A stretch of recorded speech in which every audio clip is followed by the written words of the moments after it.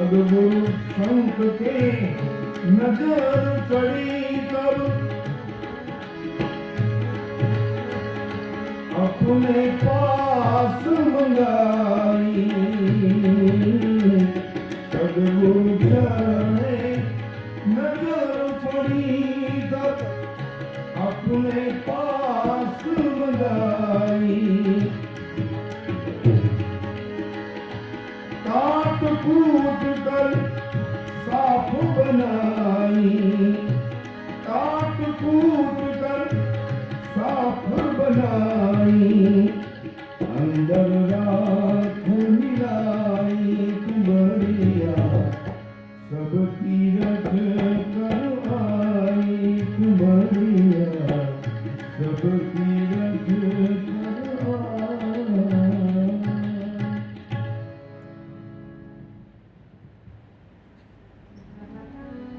અને જ્યાં સુધી સદગુરુને હાથે ન લાગે ને ત્યાં સુધી પવિત્રતા નથી આવતી. કોઈ મહાપુરુષ છે થોડુંક વધારે ગાવાનું આવે ને ત્યારે હું બંધ કરી દઈશ. બધાયની તો એવી પાત્રતા થાય ને એવો ઇતિહાસ છે. આપણે ડીસા અને બનાસકાંઠાની ઉપર એવું થરાદ. થરાદના રાજા નીતિમત્તા વાળા ખરા, પણ ધર્મમાં હજી ડગલું નહોતું ભર્યું. અને રાણી હતા ને એ પેલી ભાવ ભક્તિની અંદર ભળેલા. એટલે રાજાને ટકોર કરે કે મહારાજ આ નગરો છોકરા થઈ જાય રાજકાજમાં પૂરું ન થઈ જાય, થોડું ભક્તિના માર્ગે હાલજો. ત્યાં રાજા કે દેવી વખત આવે જોવું. અને જોવા દેવીઓના જ વખત છે. દેવતાઓની ખુરશી થોડીક તો ખાલી રહે. ભાઈ ઘણા છે અહીંયા તો આપણે, પણ નગર દેવતાઓનો બહુ ટાઈમ નથી. એટલે રાણી ઈશારો કરે કે મહારાજ થોડી ભક્તિ કરો. પાછા રાજા તો રજવાડા બધે દેખરેખમાં વયા જાય. પાછા 2-3 મહિને પ્રવાસ કરીને આવે તો રાણી પાછી ટકોર કરે કે મહારાજ આ તો જોતરે જોતામાં દિવસો વયા જાય પાનભાઈ. અને અહીંયા આપણે બેઠા એને કઈ દિવસો નહીં, 60-60 વર્ષ વયા ગયા છે. એટલે હવે કઈ મોડું કરતા નહીં, જેટલું થઈ ગયું છે એ થઈ ગયું છે.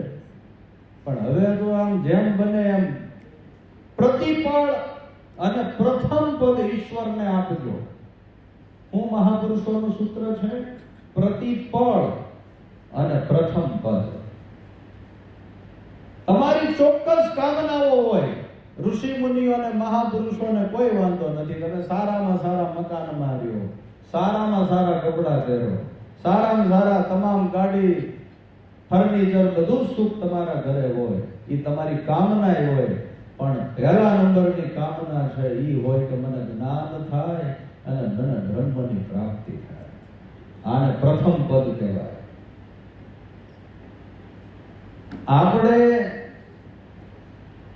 ઈશ્વરને પદ તો આપ્યું છે, પણ અહીંયા આપણે હવે સદગુરુ મહારાજ અને બાના સાનિધ્યમાં બેઠા છીએ. ઈમાનદારીથી ગયો તો પ્રથમ પદે કોને છે?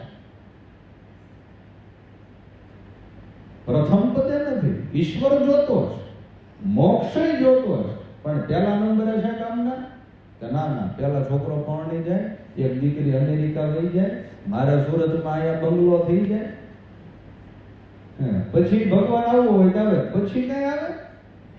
પછી એને નવરાઈ નથી. અત્યારે તમને નવરાઈ નથી, છેલ્લે એને ક્યાંથી?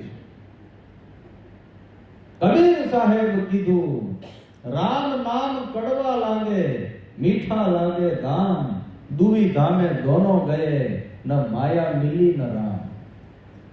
માયા તો કોઈની થઈ નથી, થવાની નથી. ઘડીક વાર તમારા ખીચામાં હોય, પછી મારા ખીચામાં આવે, મારા ખીચામાં પછી કોઈ ત્રીજા ખીચામાં વહી જાય. માયાનું કામ તો ભરવાનું જ છે.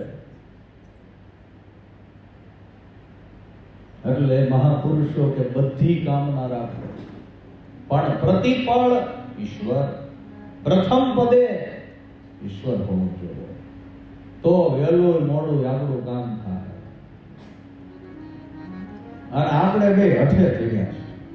આપણે બે એટલે હજી તો દ્વૈતમાં જ છીએ, એટલે જીવ અને ઈશ્વર છે.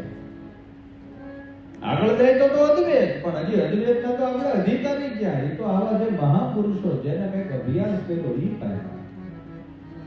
આપણે તો હજી દ્વૈતમાં છીએ, એટલે આપણે શું કહીએ કે બધું મળી જાય ને પછી ભજન કરવું છે. આપણે કયામાં છીએ? મળે ને તો મૂકવું, કે ભગવાન કે મૂક ને તો મળું. હવે બે સામે સામે હઠે ચડ્યા છે. ભગવાન કે તું બધું એક વખત મૂકીને તો આય. અને સર્વૈયું એવું જ છે. નરસૈયે મૂક્યું, માં ગંગા સતીએ મૂક્યું, મીરાએ મૂક્યું એને મળ્યો. અને આપણે આખો સંસાર હાર્યા લઈને એને મેળવવા જવું છે, ત્યાં બી કઈ મળે એવો હેલો નથી. જેટલી મોટી મહાન વસ્તુ તમારે પ્રાપ્ત કરવી હોય એટલું મૂલ્ય મોટું ચૂકવવાની તૈયારી રાખવી પડે. અને આ જગતમાં શું મોટું છે વિચારો તો. નરસૈયો કે ભૂતળ ભક્તિ પદાર્થ મોટો, આનાથી કોઈ મોટો પદાર્થ નથી. બ્રહ્મ લોકમાં નાની રહે. આ મોટામાં મોટો પદાર્થ આ છે. હવે ભાઈ મોટી વસ્તુ હોય તો એની મૂલ્ય ચૂકવવાની એટલી તૈયારી જો હે. તો આવી રીતે એ રાણી રાજાને ટકોર કરે કે મારા ભજન કરો. અને આમને 2-3 વર્ષ વયા ગયા. અને પછી રવિ સાહેબ, કબીર સાહેબની પરંપરામાં રામ ભાણ સાહેબ ને રવિ સાહેબ ને દાસી જીવણ સાહેબ ના તમે નામ સાંભળ્યા હોય. એ રવિ સાહેબનો સત્સંગ અને રાજાને કાને સમાચાર પડ્યા કે હવે રવિ સાહેબ આવી રહ્યા છે અને બહુ એનું ભક્તિમાં જ્ઞાન માર્ગમાં ઊંચું કામ છે. અને રાજાને થયું કે હાલો ને જાય. પ્રધાનને કીધું કે ભાઈ આવા કઈક સમાચાર મળ્યા છે કે આપણા નગરમાં કઈક સત્સંગ છે, પેલા રવિ સાહેબ મહારાજ પધારવાના છે. તો પ્રધાને કીધું કે મહારાજ આ એ વાત તમારી સાચી, પણ આપણે અહીંયા જવાય એવું નથી. કે કેમ? કે એ સત્સંગ થોડોક નીચી વાડીમાં છે. એટલે ઋષિને ઘરે, હરિજન ના ઘરે સત્સંગ હતો. અને રાજાને હવે એ વખત, આજથી હું જે વાત કરું છું 200-300 વર્ષ પહેલા, હજી આપણે મૂકી ન હક્યા હોય. બાકી જેને જુઓ સંસારમાં હાલવું વ્યવહાર માટે બરોબર છે, પણ ભક્તિ માર્ગમાં તો માં ગંગા સતીએ શું કીધું કે પછી જાતિ પાતિ નહીં, હરિજરા દેશમાં. એ આ દેશમાં, અને એ શું કામ છે? વ્યવહાર માટે. આપણે દીકરા દીકરી વરાવા પરણાવવાના છે, વ્યવહાર કરવાનો છે, એટલા પૂરતી જ જ્ઞાતિ જાતિ છે. જ્યાં ઉપર જાઓ ત્યાં હાલશે કે અમે બ્રાહ્મણ છીએ, ક્ષત્રિય છીએ. જૂનાગઢમાંથી કોક જાય કે અરે આમ નરસિંહ મહેતા તમારા કાકા થતા, ત્યાં કઈ હાલે? ન્યા કે તું કરીને શું આવ્યો ઈ કહેવાય. ન્યા કઈ તમારી લાગ વખતે ઓળખાણ કઈ હાલવાની નથી. અને રવિ સાહેબે કીધું કે ભાઈ આપણે સત્સંગમાં જવાનું છે મહારાજના. અને રાજાને થયું કે ભાઈ સત્સંગ ભલે ગમે ત્યાં હોય, આપણે ત્યાં ક્યાં કઈ વ્યવહાર કરવો છે? સત્સંગમાં તો ગમે ત્યાં જવાય. પ્રધાન કે રાજાનો વાંધો ન હોય તો મારે શું વાંધો? કે હાલો મહારાજ ગોઠવીએ. અને કે ભાઈ અગાઉ કઈ જાણ ન કરતા, આપણે અહીંયા નડવા નથી જવાનું. નકર ભાઈ મોટો માણસ ને એ બધું કીધું હોય તો ઓલા હામૈયા બધું ઓલું કરે તો પછી ગુરુનો મહિમા ઘટી જાય તો ઓલો રાજાનો મહિમા ઘટી જાય. એમ થાય ને, જે મહાન હોય એની પૂજા થાય, કે ગમે એની પૂજા થાય. એટલે રાજા હાવ સામાન્ય માણસ જેમ આવે એમ બધા પ્રધાનને કીધું કે ભાઈ તમે રાજસી પોશાક કોઈ ન પહેરતા, સાદા વસ્ત્રમાં આપણે જઈએ. અને રાજાને એનું મંડળ આવ્યું. અને હવે ભાઈ આ નાના માણસના ઘરે રાજા આવે ત્યાં ઓલાને કેટલો હરખ થાય. એને તો એમ જો કે અમારા ઘરે ભગવાન આવ્યા. અને મીંડા બધા કૂદવા, ઢોલિયો લાવો, ગાજવા લાવો, તકિયા લાવો. અને રાજાએ કીધું કે ભાઈ કાંઈ મહેનત ન કરતા હો, તમે જો મારી ઉપર થોડાક કરુણાવાન હો તો મારી ઉપર એટલી દયા કરો કે એ જે રવિ સાહેબ બેહે ને એની સામે મને બેહવાનું આસન આપો તો તમારી દયા. એ તમને અનુકૂળતા હોય તો હું કઈ ઓર્ડર નથી કરતો. પણ આ રાણી સાહેબા કહે છે કે હવે જાઓ ને આજે મને મન થયું છે આવ્યો છે. અને બેઠા રવિ સાહેબની સામે. અને એ તો ભાઈ અભ્યાસી પુરુષો અને વિવેક, વૈરાગ્ય, ભક્તિ, જ્ઞાન. અને એમ કરતા કરતા 9 વાગ્યાનો સત્સંગ શરૂ કર્યો ને સવારે 5 વાગી ગયા. પહેલા કલાક વિવેક, પછી ને કલાક વૈરાગ્ય, પછી દ્રઢ વૈરાગ્ય. આપણામાં તો વૈરાગ્ય છે પણ એ જેવો તેવો આવીને વયો જાય. નરસિંહ કે એવા વૈરાગ્યથી કામ ન થાય. કેવો વૈરાગ્ય જોવે કે દ્રઢ વૈરાગ્ય જેના તનમાં રહે તો કામ થાય. અને એવી રવિ સાહેબે વાત કરી અને ભાઈ સવારે 5 વાગી ગયા. એટલે ઓલો પ્રધાન કે મહારાજ કે હું કબર ઉભા થાવ, આપણે પાછું હજી મંત્રણા કરવા જવાનું છે, ઓલા માણસો આવેલા છે, તમે સમય આપ્યો છે કે સવારે 8 વાગે આપણે અહીંથી ઘરે પહોંચી તમે કાંઈક સ્નાન, ધ્યાન, પૂજા, પ્રાર્થના કરો, તમારું નિત્ય કર્મ. અને જો આગળ કોઈ કાંઈ સાંભળ્યું નહોતું, આગળ કાંઈક કર્યું નહોતું આ રાજાએ. પણ આજે પ્રધાનને શું કીધું સીધું કે પ્રધાન કે બોલો મહારાજ કે તમારી રાણી માને કહી દો કે હવે કુંવર 18 વર્ષનો થઈ ગયો છે, બેહારી દે અને ખાઈ દે. હવે રાજાની વાત ન રાખતા. વિચારો, પહેલો જીવનનો સત્સંગ અને લાગી ગયો. આ તમે કેટલામાં સત્સંગમાં બેઠા છો ગણો તો. થોડું થઈ ગયું, પડી ગયું, પણ અંદરી કઈ રંગાણું નથી.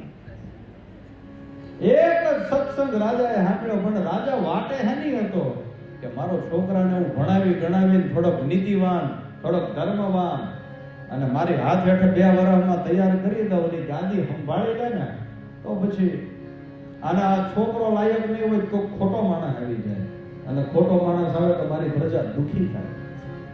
કોઈ સુરતા સુભળ સમિતે નામ ઘટમાં સાહેબ બેઠે. કોઈ સુરતા સુભળ સમિતે, કોઈ સુરતા સુભળ સમિતે.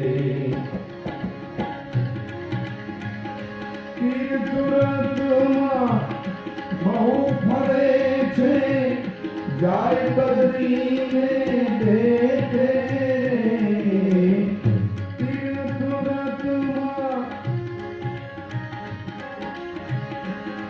તીર્થમાં બહુ ફરે છે, જાય બદલીના દેખે. જાય બદલીને દેખે. બહાર વાસના બહુ ફેલાવે, બહાર વાસના બહુ ફેલાવે. નજર ન રાખે ને કોઈ સુરતા સુગર સમેટે. કોઈ સુરતા સુગર સમેટે.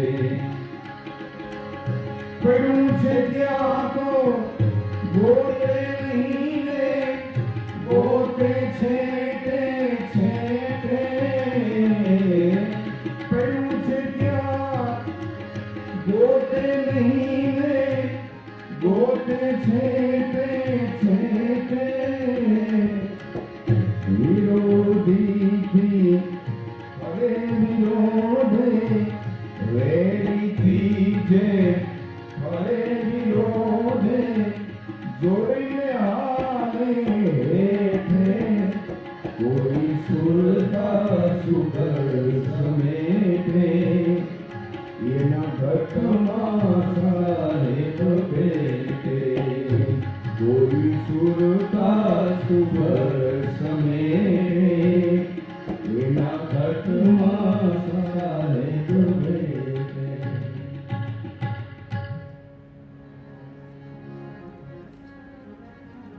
એક જ સત્સંગમાં જેને સુરતાને હંકેલી લીધી એની પાત્રતા કે આપણે હુઈ ત્યારે તો સુરતા હંકેલાય છે, પણ ઈ કોણ હંકેલે છે? પ્રકૃતિ. આપણે નથી હંકેલી. ધ્યાન કરતા કરતા અભ્યાસ કરતા કરતા આપણે હંકેલી ને ત્યારે આપણી હંકેલેલી કહેવાય. એટલે સવારામ બાપા કે તું હંકે, એ આખે આખે હંકેલા એમાં કઈ તારો મહિમા નહીં, એ તને કઈ કામે નહીં આવે. ઉછીના રૂપિયા હોય એમાં કઈ આપણે કરોડપતિ થોડા થઈ ગઈ. કોક શેઠનો માયગો કોટ ને એના જોડા ને બધું પહેરી લઈ તો આમ ભવાયા થાય, કઈ શેઠ થોડા થઈ જાય. એમ સુરતા સુઘડ સમેટે તો એને ઘટમાં સાહેબ બેઠે, એને ક્યાંય બહાર ગોતવા જવા ન પડે. અને તીર્થ વ્રતમાં બહુ ફરે છે. જો ને આજે થોડી પૈસાની સગવડતા હોય તો આપણે ફેરા રાખીએ, પણ એમાં મોટાઈ નથી. તમે આમ એક આસન લગાવી અને અંદર ફરો ને તો સવારે બાપા કે કામનું થાય. બહાર ફરશો તો મને બહાર રહેશે ને, ભીતર તો નહીં આવે. એના ઘટમાં સાહેબ ભેટે, પડ્યું છે ત્યાં ગોતે નહીં અને ગોતે છેટે છેટે. હવે અહીંયા હાવ પાસે બેઠું છે અને દૂર દૂર ગોતીએ. જો બધા મહાપુરુષો છે ને તીર્થ યાત્રાનો વિરોધ કોને કરે છે એ પાછું સમજવા. આ છોકરાઓને જેને વિવેક નથી જાગ્યો એને જ આવવાનું. પણ હવે પછી તમે આટલા વર્ષથી સત્સંગ સાંભળતા હો અને હજી જો વૈપા આસક્તિ રહે તો ધોઈ પડી આપણને. આદમ તો અંતરમાં રહે છે, ભજન કરો તો ભેટે. આદમ તો અંતરમાં રહે છે, ભજન કરો તો ભેટે. ભજન કરો ભેટે. દિલ દરિયામાં દિયોને ડૂબકી, દિલ દરિયામાં દિયોને ડૂબકી. સિદ્ધ ફરો છો છેટે, કોઈ સુરતા સુગર સમેટે. એના ઘટમાં સાહેબ બેઠે.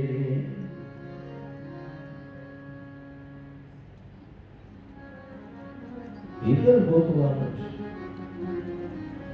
અને એક નહીં, તમે જોઈ લો કબીર સાહેબ શું કીધું? આત્મ જ્ઞાન વિના નર ભટકે, કોઈ મથુરા કોઈ કાશી. જો વાત એક જ છે. સવારામ બાપા આપણે ગુજરાતના કબીર સાહેબ ગયા છે બનારસ, પણ જો દેવની વાત હજી ઓર આવા ને માં ગંગા સતી. ગંગા સતીએ કીધું ને પછી બહુ મંડપ મેળા તમારે કરવા નહીં કરવા સદગુરુ ના કરો. હજી તો આપણને સમજાણો નથી, બીજાને કેમ કંઠી કરાવી દેવી? આ ઈમાનદારી તો જો હે ને. અત્યારે ચેલો ને થવાનું સીધું પૂરું થઈ જાવ, તકલીફ અહીંયા થઈ. ઓલો શિષ્ય જો મારી જેવો કે બાપુ કે બોલો ને કે મારે તમારો શિષ્ય થવું હોય તો શું કરવાનું? કે તો તમારે વહેલા જાગવું પડે, સંધ્યા પૂજા કરવી પડે, નિયમમાં હાલવું પડે, નીતિ નિયમ પાળવા પડે. અને ગુરુ મહારાજે કંઈક 15 મિનિટનું કીધું ને બધું તે ચેલાને થયું કે આ તો ગુરુ કે તો ગુરુજી તમારે શું કરવાનું? તો ગુરુજી કે મારે કાંઈ કરવાનું નહીં. તો કે એક કામ કરો ને, સીધો ગુરુ જ બનાવી ગયો ને. કાંઈ કરવું નહીં, નથી અભ્યાસ કરવો, નથી, કઈ જ્ઞાન પ્રાપ્તિ કરવી, કાંઈ મારું સીધું ગાદી ઉપર બધા બેસી જવું. અને આ સીધા ગાદી ઉપર આવ્યા ને એને સનાતન ધર્મની ધોર ખોદી નાખી છે. એક બેને ખબર નથી. આમાં જેના બાપા પહેલેથી આમ કારખાનું જમાવ્યું હોય હીરાનું મહેનત કરી, અને છોકરાએ કોઈથી કટોરું ન પકડ્યું હોય, અંગુરે ન જોયો હોય ને એને તમે ગાય બેહાડો શું થાય? પણ ઈ ઘડાતો શેઠ થયો હોય ને તો ઈ નભે. બાકી બાપાએ ભણાવીને સીધો જો સીટ ઉપર બેહાડ્યો ને એ 2 વર્ષમાં આખું ખૂટવાડી દે. એમ આવો મહાપુરુષોનો આપણો વારસો, આવું શાસ્ત્રોનું જ્ઞાન. પણ આ બધા લાયક નહોતા ને એવા ગાદી ઉપર આવ્યા, અને એ લાયકાત વગરના આવ્યા. એને શું કર્યું? સનાતન ધર્મને નુકસાન કર્યું છે, ફાયદો ન કર્યો.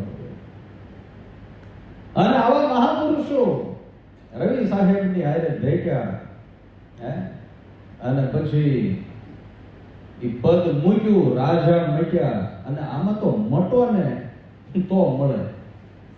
અને પછી નામ કહેવાનું મોરાર સાહેબ. અને કેવી તાકાત મોરાર સાહેબની કે કાળ આવ્યો તો એને ઠેલવી દીધો. બોલો શિષ્ય ગયો કે મહારાજ એને વચન આપેલું ને, બોલો એનો જે સેવક ભક્તિ કરતો હતો ગામના લોકોને કઈ બહુ ગમે અને કીધું કે મહારાજ મને એક વચન આપો કે હું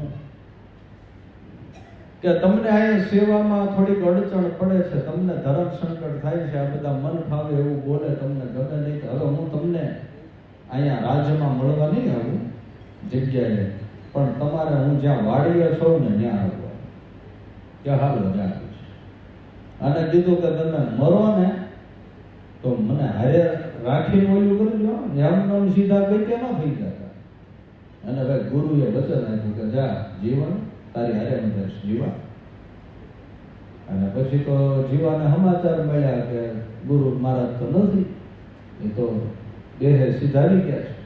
અને આવ્યો અને ગુરુને કીધું કે આમ ન હાલે, વચન ચૂક્યા મહારાજ તમે, કે વચન ચૂક્યો નથી કે પણ આ પ્રકૃતિના નિયમમાં તો છોકરા હાલવું પડે ને, કે એવો કોઈ દાખલો છે કે કોઈ મૃત્યુને ઠેકાડ્યું? અને આ ચેલો કઈ જેવો તેવો હતો?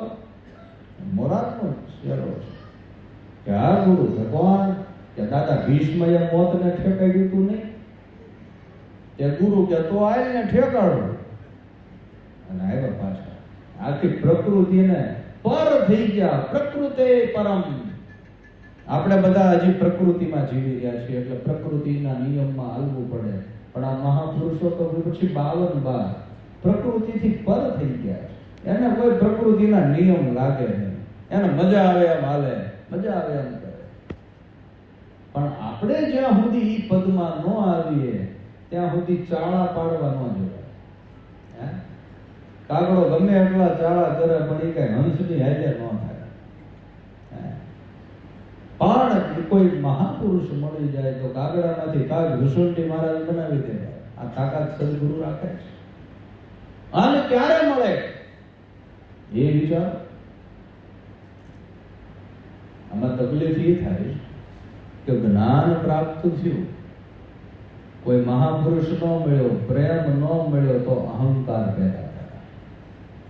અને યાદ રાખજો, ભક્તિ માર્ગનો મોટામાં મોટો કોઈ શત્રુ હોય તો એ અહંકાર છે. એટલે ભગવાને ગીતાના 3 અધ્યાયમાં કીધું, જહિન શત્રુ મહાબાહો, એને તો બળપૂર્વક મારી નાખ્યા. કામ અને અહંકાર તો તારા અંતઃકરણમાં રહેવા જ ન જોઈએ.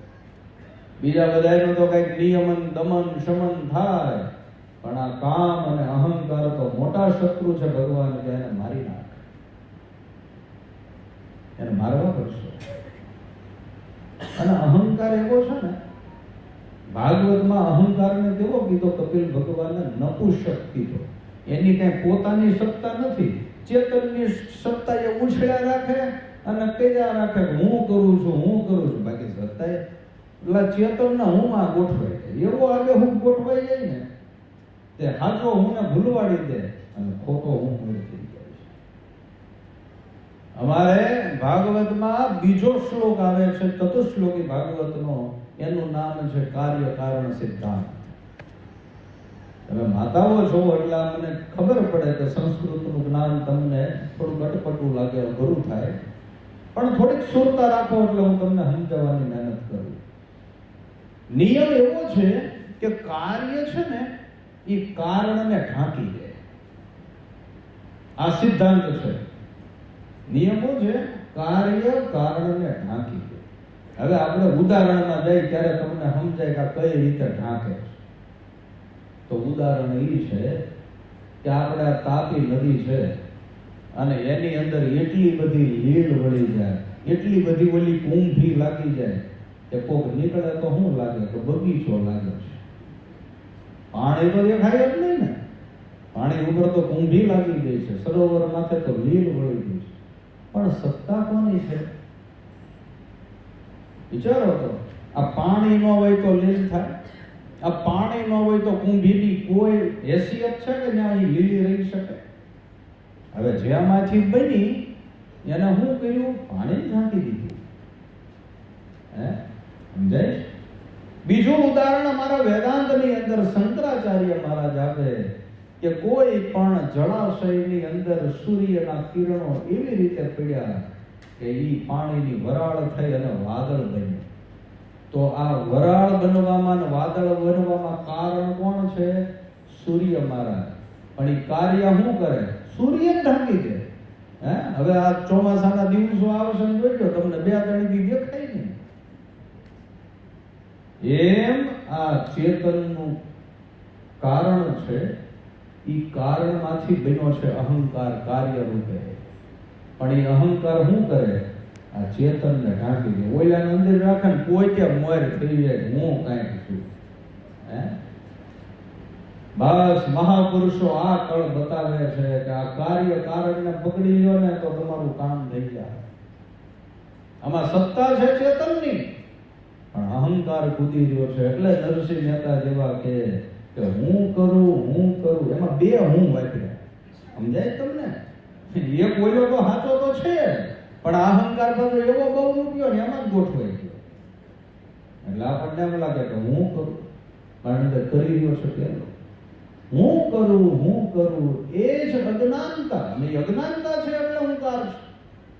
શકટનો ભાર જેમ સ્વાનતા. તો આપણી યાત્રા ક્યાંથી શરૂ થઈ? વિચારો તો.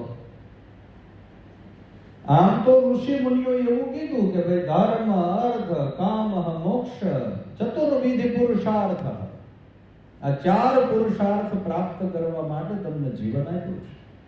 તો આપણી શરૂઆત ક્યાંથી થઈ હતી? અહીંયા આપણે બધા બેઠા છીએ ને બધાને ચિંતન, મારે એકલાને ચિંતન નથી કરવાનું. આપણે બધા ચિંતન કરો. આપણી શરૂઆત ધર્મથી થઈ હતી. આપણી જીવનની શરૂઆત જે થઈ, આપણે જન્મ્યા ત્યારે શરૂઆત ક્યાંથી થઈ હતી? પહેલી શરૂઆત આપણી થઈ હતી કામથી. કામ એટલે ખાલી કામ વાસના વાળા કામની વાત નથી, પણ તમે બીજાને ઉપર આધારે છો એના કામ ના કહેવાય. બાળક હાવ કોની ઉપર હોય? માં માથે.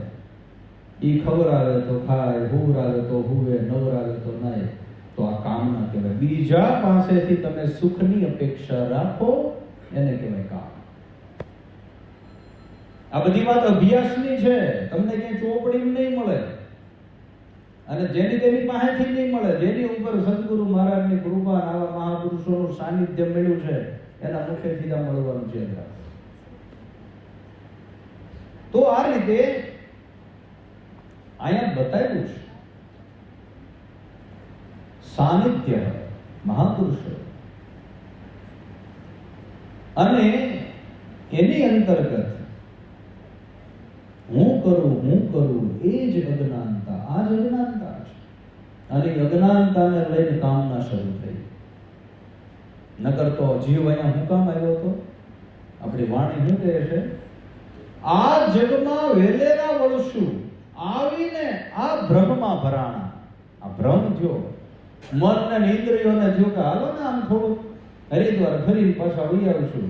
એમ જીવને એમ થયું કે હાલો ને પૃથ્વી લોક ઉપર જાય, થોડા ઇન્દ્રિય સુખો ભોગવી વહી આવશું. પણ જ્યાં તો હગા કુટુંબની તને માયા લાગી અને પ્રિયાના બોલે બંધાણા. અને પછી બંધાણા એટલે શું કર્યું? જૂઠું બોલવાનું શરૂ કર્યું. બાળક જન્મ્યો ત્યારે પહેલી કામના કઈ હતી? ભૂખ. બીજી કઈ કામના નહોતી. બાળક જન્મે નામ તમે પાણીની ચમચી મૂકો ને ત્યાં પીવાઈ જાય, હે, દૂધની શીશી મૂકો ને ત્યાં પીવાઈ જાય. અને એની દ્રષ્ટિ કેવી છે? અન્નમય દ્રષ્ટિ છે. જો આ દ્રષ્ટિ આપણે કેવી કરવાની છે? અન્નમય હતી અને બ્રહ્માકાર કરવાની છે. બાળકને તમે કાંઈ પણ આપો ને, કે બાળકના હાથમાં કાંઈ પણ આવે ને તો એને શું દેખાય? ખાવાનું જ દેખાય. ટીવીનો રિમોટ આવે તો મોઢામાં, ગાડીની ચાવી આવે તો મોઢામાં, કાંઈ પણ એની વૃત્તિ શું છે? ભૂખ. આ ભૂખ વાસના છે, પણ કોઈએ કીધું બસ ઓલી જ વાસના દેખાડી નથી, શરીરની વાસના. પણ શરીરની વાસના કદાચ મહિનો 2 મહિના ભોગ ન મળ્યો હોય ને તો એ કઈ વાંધો નથી આવતો. પણ ખાવાનું 2 ટક ન મળ્યું હોય ને તો તમને ખબર પડે અંદર કેવું તોફાન થાય. હે, એક દી ભૂખ્યા રહ્યો તો તે આમ જે દી બાઈએ ઉપવાસ કર્યો હોય ને તે બાયું આખી રહે કે આજ બતાવતા નહીં હો, ભૂખ્યો માણસ ભયંકર. આજ જો બાને છમછેડ્યા ને તો આજ દુર્ગા જો રૂપ દેખાવાનું છે. એટલે ભૂખ્યો માણસ ભયંકર. તો પહેલામાં પહેલી વાસના કઈ છે? ભૂખ. પછી આ જીવની બીજી વાસના કઈ છે? બીજી વાસનાનું નામ છે ઊંઘ. ગમે એવું રૂપ ને ગમે એવું શરીર બાજુમાં પડ્યું હોય પણ ઊંઘ આવે ને તો કાંઈ હાલે નહીં. 5 કરોડ રૂપિયા પડ્યા હોય પણ ઊંઘ આવે ને કાંઈ હાલે નહીં. કોઈની સત્તા ન હાલે. આ મોટામાં મોટી વાસના છે. એટલે મહાપુરુષો કે તમારી નિદ્રાને યોગ નિદ્રા કરો. તો એની વગર તો હાલશે નહીં. પણ નિદ્રા કેવી થાય? યોગ નિદ્રા થાય. યોગી પુરુષો તો 3 થી 4 કલાક જ સૂવે. ભજનાનંદી પુરુષો વધે 6 કલાક સૂવે. 6 કલાક પછી આગળ ઊંઘ છે તો આપણે ઊંઘણશી છીએ. આ પાકું રાખજો. આ શરીરને વૈજ્ઞાનિક રીતે, આધ્યાત્મિક રીતે 6 કલાક ઊંઘની જરૂર છે. પછી જેમ તમને માથું દુખે તો માથાનો વિકાર કહેવાય, પેટ દુખે તો પેટનો વિકાર કહેવાય. એમ મહાપુરુષો કે તમને 6 કલાક કરતા વધારે ઊંઘ આવે છે તો આ શરીરની બીમારી છે, યાદ રાખજો. અને તમે એવા દિવ્ય ઔષધોનું સેવન કરો, ત્રિફળા ચૂર્ણ છે, લીમડાની ગળો છે, 1 મહિનો પીવો, 5 જ કલાકની ઊંઘ રહે. આમ શરીર ઘા કરે, ઉર્જા આવે. પથારીમાં હુવા ન દે તમારે હુવું હોય. પણ આ બીમારી છે. ઉર્જા ઘટે છે, ક્યાંક ને ક્યાંક આપણું મન વિપરીત થઈ જાય છે, આપણી ઇન્દ્રિયો વિપરીત થઈ જાય છે. એટલે પછી ભોગમાં પડ્યા ઉતારી. અને જેને મહાપુરુષો, આ શાસ્ત્રકારો ને બધા વાસના કહે છે, એ વાસનાનો પ્રવેશ તો 18-19 વર્ષે થયો. એ એટલી બધી ખતરનાક નથી. એટલે મહાપુરુષો કહે છે કે ખાન પાનમાં વિવેક લાવો ને એટલે બધું નિયંત્રણમાં આવી જાય. કેમાં વિવેક રાખવો પડશે? ખાન પાન. એટલે માં ગંગા સતી કે સૂર્યમાં જમવું, ચંદ્રમાં જળ પીવું. જુઓ, ન્યાય વિવેક આપ્યો. તમે ગમે એમ ખાવ, ગમે ત્યાં ખાવ. સમજાય છે માતાઓ? ગમે ત્યાં નહીં ખાવાનું. આપણે ગુરુ મહારાજની કંઠી પહેરી હોય તો પછી ઘરે જ ખાવાનું. આ તો શાકભાજી લેવા જાય ક્યાંક રેકડી પાસે ઊભી હોય અને હારે આપણે ગોઠવાઈ જાય તો આપણે કઈ ગુરુ મહારાજના ચેલા ન કહેવાય. આપણી તો ઘટે પણ ગુરુ મહારાજની ઘટાડીએ આપણે. જે જમવું હોય તમે ઘરે સારામાં સારું બનાવી જમો. જે તમારે રસોઈ બનાવવી હોય ઘરે બનાવો. ઘરે પવિત્રતા છે, તમારો ભાવ છે. તમને રોજ 100 માણસનું રાંધવાનું કે તો શું થાય? થાકો કે નહીં? 1-2 દી વાંધો ન આવે, પણ પછી તો શું થાય? તો ઓલો ત્યાં જે રસોઈયો હોય એને તો શેઠ ઓર્ડર જ કર્યા કરે, હાલે ઓલું બનાય. એ પછી ગ્રાહક આવે એમાં મજા શેઠને આવે છે, ઓલા કારીગરને નથી આવતી. એને જેમ થાય કે આજ તો શનિ રવિ મારી નાખ્યા, આ તો 500 ડીશ બનાવી. અને પછી એનો ભાવ દિવસે વિપરીત થતો જાય. એ બધો આપણી અંદર આવે. એક માં એના દીકરા માટે રસોઈ બનાવે, એક પત્ની એના પતિ માટે રસોઈ બનાવે, ઈ જે ભાવ હોય ને ઈ ઓલામાં ન હોય. સમજાય છે? એટલે આહાર ઉપર ધ્યાન રાખજો. ગીતામાં ભગવાને ખોરાક ઉપર વાત કરી કે સત્વગુણી માણસ સાદો આહાર કરે, રજોગુણી માણસ થોડું તીખું ચટપટું ખાય, અને તમોગુણી ઉચ્ચિષ્ટ અપિચાલેદ્યમ ભોજનમ તામસ પ્રિય, જે વાસી હોય, જે અપવિત્ર હોય, જેને જોવો અને જેને અડો ત્યાં તમે અપવિત્ર થઈ જાઓ, તો એવો ભોજન ભજનાનંદી માણસ ન ખાય. પછી 18 વર્ષના થાવ ને એટલે કામના એક પગથિયું ઉપર ચડે, અને એ જે ચડે ને એને આપણે કહીએ અર્થ. 18-20 વર્ષની દીકરી કે દીકરો થાય એટલે એને સમજાય કે આવું જ ઘર મારે જોતું હોય, આવા જ વૈભવ ભોગ મારે જોતા હોય, તો મારે પૈસા કમાવા પડશે. બાપા કરોડો રૂપિયાનો બંગલો દઈને વૈયા ગયા હોય, કેટલા દી આવે? એ તો જેવડું મોટું ઘર હોય એવું લાઇટ બિલ આવે ને, એવડો વેરોય આવે. ત્યાં આપણી કમાણી પછી 1000માં હોય બંગલો વેચવો પડે. એટલે છોકરાને સમજાય કે આ મારા બાપાનો વૈભવ મારે જો જાળવી રાખવો હોય તો પૈસા જોવે. એટલે છોકરો શું કરે? વેપાર શરૂ કરે, ક્યાંક નોકરીએ જાય, ક્યાંક ધંધો શરૂ કરે. અને ઋષિ મુનિઓ કહે છે અર્થ. શરૂઆત આપણી કામથી થઈ, બીજા પગથિયે છે અર્થ. આને ભાઈ પૈસાની લાઈનમાં ઓલાને આમ છે, ઓલાને આવી ગાડી છે, ઓલાને આવો બંગલો છે, અને ગળા ડૂબ પૈસાની વાહે પડ્યા. 40-45 વર્ષ સુધીની યાત્રા થાય